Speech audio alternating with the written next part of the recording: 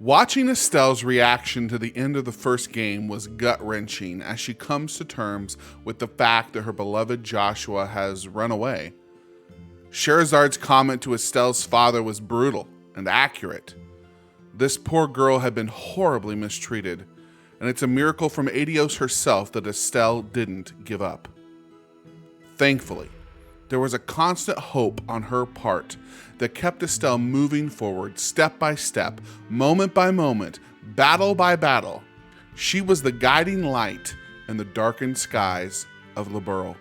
Hello everyone and welcome back. DrLevelUp here.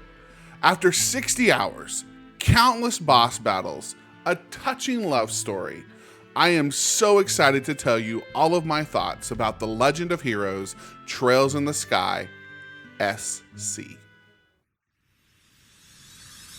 Falcom's choice to go with the female protagonist opens up a unique perspective on some of the themes that we often see in JRPGs.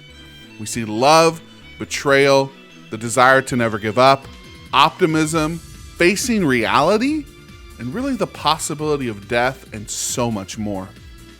Estelle Bright is perhaps one of the most human and relatable protagonists I have had the privilege of controlling in a game.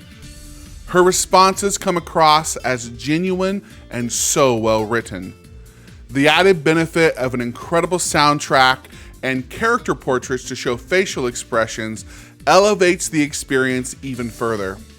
The art style in this game, while only feeling serviceable as a story backdrop in Trails of the Sky FC, really grew on me as I spent more and more time in this world with these characters. When Estelle was upset, more so than in other JRPGs I've ever played, I really hurt for her.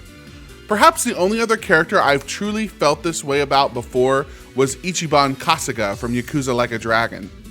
It really doesn't matter if a game has voice acting or not. The writing and using the medium of expression available to its fullest potential created an immersive experience that had its hooks into me. In these older games that first started out on the PSP, Falcom used the tools available to them to create expressive and immersive worlds and characters that I'm never going to forget. It's also important to point out that the localization team for this series was also crucial in bringing Estelle and her friends to life in English. Honestly, it's incredible the work they've done. Thousands of lines of dialogue weaved together an experience that I believe rivals, if not surpasses, other JRPGs that came out at the time. The story, though, isn't without its flaws. Through each of the game's chapters, you are chasing after and solving problems caused by the newly revealed Society of Ouroboros. Still, there's never any satisfying resolution to these bad guys and their plot. Each chapter has you revisiting places you've already been to deal with the Ouroboros threat. Typically, the only addition is a dungeon that the society member has hidden themselves inside. You never ever feel like you can get ahead of these villains. Of course, this same flaw is present in the Trails of Cold Steel games, but as a point of frustration for me, the Secret Society's lack of closure and open-ended nature makes them come across more as annoying than sinister. Oh, it's those overpowered Ouroboros guys again. Great. Still, the uniqueness of these villainous characters and their deep ties to others in your party make for gripping storytelling. But the continual escapes and lack of resolution frustrated me in Cold Steel, so it's no surprise that they frustrate me here too. Still, I can't help but want to know more about Ouroboros. Even though I played Cold Steel, I still want to know more about Ouroboros. Yes, this game opens up some new ideas for me and helps give me some more information, but I still don't have the whole picture yet, and I played 4 of these games. While Estelle and Joshua might be the main protagonists, theirs is not the only story being told in Sky SC. All of the party members you spend countless hours running through Liberl with in the first game have their backstories fleshed out and lives expanded on through each of the game's chapters. Chloe Renz, or as we now know her, Princess Claudia, has some incredible character growth moments that only come about because of her relationship and love for her friends Estelle and Joshua. Speaking of Estelle and Joshua, Honestly, as much as I want to talk about Estelle and Joshua in this video, I'm not going to spend a whole lot of time on it. I don't want to spoil it. You get to experience a really incredible love story and perhaps one of the best monologues from a character that I've ever had the privilege of experiencing in a video game coming from Estelle. So I just encourage you, it's super special, it's super fun. I really enjoyed their dynamic the entire time. I really enjoyed seeing Joshua grow up. It was just super fun and very endearing. After the prologue walks you through the aftermath of Joshua's disappearance, Estelle goes through a period of maturing as a bracer and an individual, which opens up to further battle and mechanic training. The turn-based battles we were introduced to in Sky FC don't evolve all that much. You're given an upgraded battle orbment, which allows for more slots and deeper customization.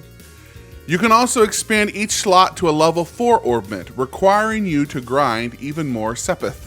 In fact, it's almost as if they realized how little Sepith grinding you had to do in the first game and chose to really expand on the cost to buy more orbments. It does get pricey, especially as your party members come in and out of the active party as the story moves forward. For the first time ever, towards the end of the game, as required members popped in and out of my party, I actually had to remove and add quartz from other party members who I was required to play as. They wouldn't have had what they needed. They would have died very quickly in battle. In Sky SC, this process is somewhat tedious. Gratefully, you're not really required to do it too many times. Of course, the alternative of grinding more Sepith and creating quartz is always available. One of the new additions that I really enjoyed and honestly preferred in comparison to how Cold Steel does it is the chain system. Using the coveted craft points, characters can chain together attacks with their party members to do more damage on a turn. If the whole party is full of craft points, it is possible to chain together significant amounts of damage over and over, even more so than a single S-craft ever could.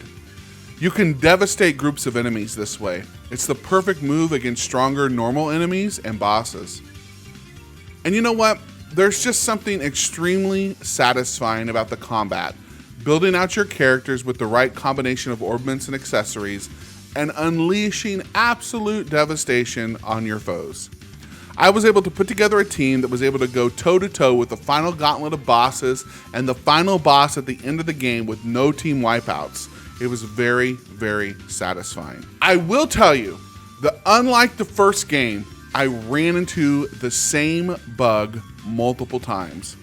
This is where Nihon Falcom, Xseed, NIS America, or whoever else needs to get their heads together to create an updated port of this game for PC and console.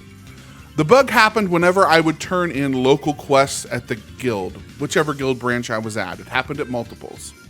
It would just crash my game every single time. I had to go in, turn off all the high resolution textures and text that made the game readable, turn in the quests, save my game, and then go reconfigure the graphics. It was honestly frustrating. I'm super grateful that there was a guide on Steam and some bug reports that told me what I needed to do.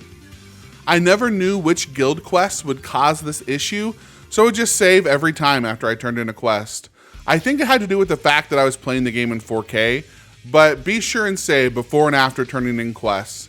This happened to me 3-4 times throughout my playthrough, and it's totally random. You don't know which quest is going to do it. I was really compelled to complete all the quests too, wanting to do my best to get Estelle to A rank bracer. Unfortunately, B+ was as high as I was able to get her. I didn't pay a lot of attention to the hidden quests, and I failed a couple of the quests that came from the board in the guild accidentally. I didn't realize they needed to be completed right then and there. Still, seeing that rank go up was addicting. Plus, I enjoyed helping out the people of Liberl. It's what a bracer is supposed to do, right? Honestly, I could not put this game down. I wanted to see the incredible story through to completion, and the music in this game. I know I've already talked about it once, but I'm going to mention it again right here and now. I am playing in the background one of my favorite battle themes of all time, fighting against the Society of Ouroboros in some of their final boss battles. It was just so awesome. Everyone's journey through the Legend of Heroes saga is just a little bit different. No matter if you start with Cold Steel, you start with Trails in the Sky, you're going to be in for an incredible experience. A lot of people tell me that Trails in the Sky SC is their favorite in the entire saga.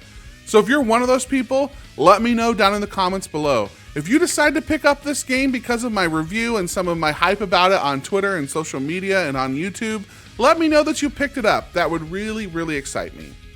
Thank you guys so much for watching, and I'll catch you in the next video, which is likely to be a review of Trails in the Sky, the third.